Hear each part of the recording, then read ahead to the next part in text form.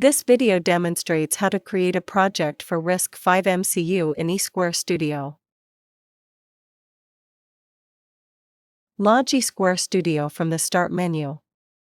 Use the default workspace shown in the eSquare Studio Startup dialog, or click Browse to select a workspace.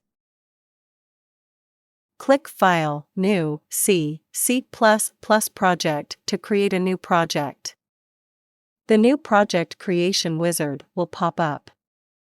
Select Renesas RISC-V MCU, LLVM, for Renesas RISC-V C++ executable project.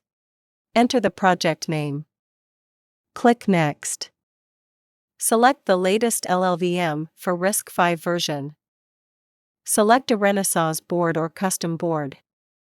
If custom board is selected, choose the device in the target device list.